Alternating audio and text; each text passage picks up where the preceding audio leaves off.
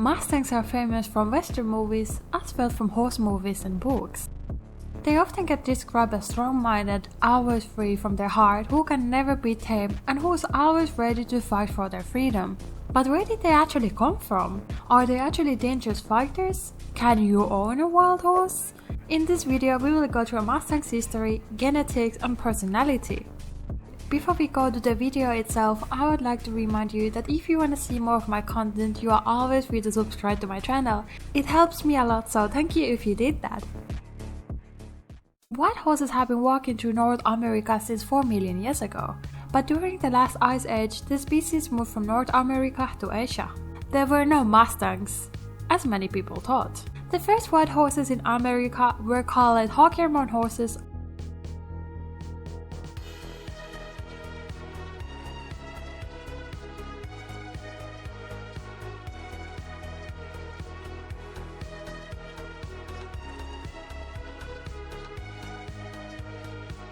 After the horses left to Asia, there were no remaining wild horses in America anymore, and they also never returned. But that makes no sense. Where did the Mustangs come from then? Well, let me explain.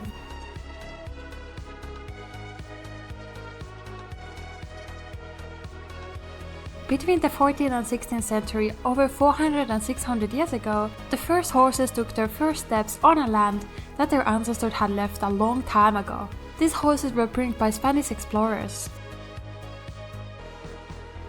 The first horses were crossbreeds of Spanish barb horses. These horses were not exactly pure-bred horse breeds in that time, but a mix of Iberian horses and Berber horses.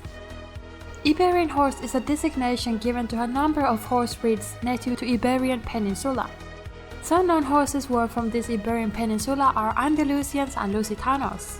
Now, from the most sources, it is very hard to see what exact horse breed Spanish people bring first to America, because a lot of sources say just European horses.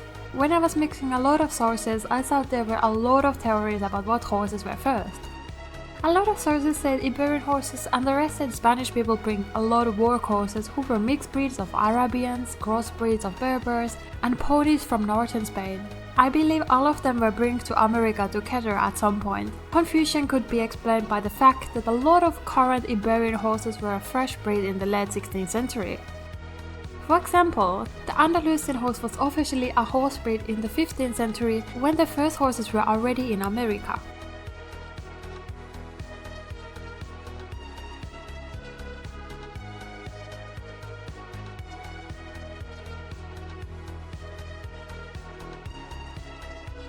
Iberian horses, a very strong genetic ancestor, is a barb horse who was brought to Iberian Peninsula for a long time for breeding stronger, better and more purebred Iberian horses. With this, we could say the crossbreeding of Berbers meets Andalusian and Lusitanos was brought to America by Spanish people. More people came to America, and that meant more horses ended in America as well.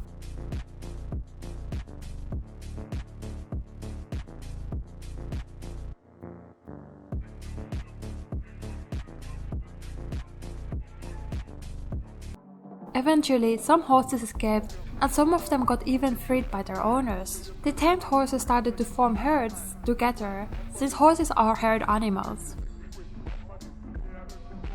The environment gave a possibility for horses to live there themselves, without needing humans' help for getting food and water. The horses started to breed, separate, and make more herds step by step. It is suggested that in late 1700 and the beginning of 1800, the Mustang population was 2 and 5 million. It is crazy to think, because right now the wild horse population in America is around 70,000 only. The population went out of hand because horses were in that time protected, meaning hunting them or killing them was not allowed.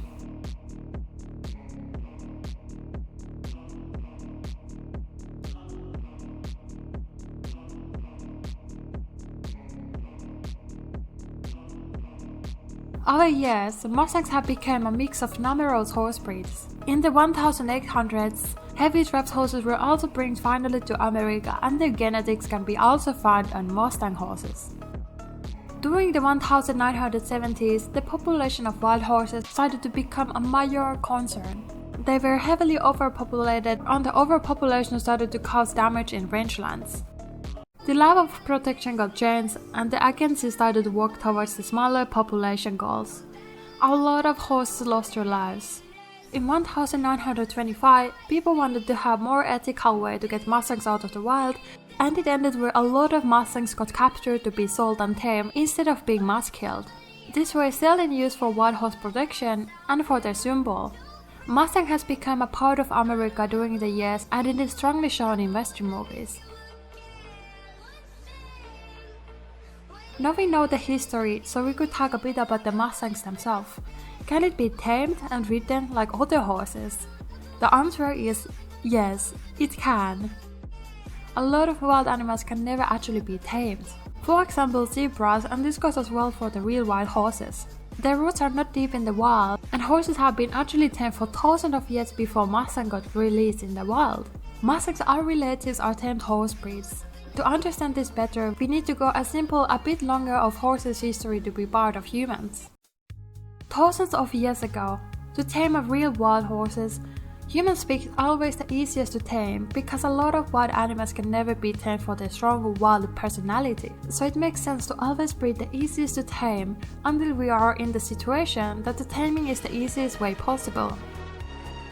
Now, if we started to tame zebras many thousand years ago, we would probably have a tamed zebras too. But since we don't, we would need to start pretty much from the beginning, and that's why in our lifetime we can say you can fully tame a zebra.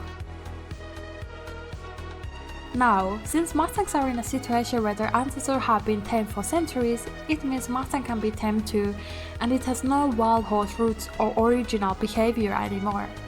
To survive in the wild, horses need to have a strong personality. They are aggressive if needed, stubborn, alert, wise, and quick to learn. But they can be loyal and calm with humans if tamed is done right, with a lot of patience because the progress takes way longer than with horses who have never been living in the wild. Mustang does not fit for the beginners, and that can lead to very dangerous situations. But with the people who have a lot of experience, they are excellent all-round horses. They fit for ranch walk, pleasure riding, as well for long distance riding. For the last, we could take up the current problems with the Mustangs according to the locals. Mustangs are born way more than they are captured. The government captures around 2,000 Mustangs per year for adoption, but it's not enough according to scientists. The horses have barely any predators, but the land cannot support them all, meaning the horses might start to starve and the land don't have time to heal.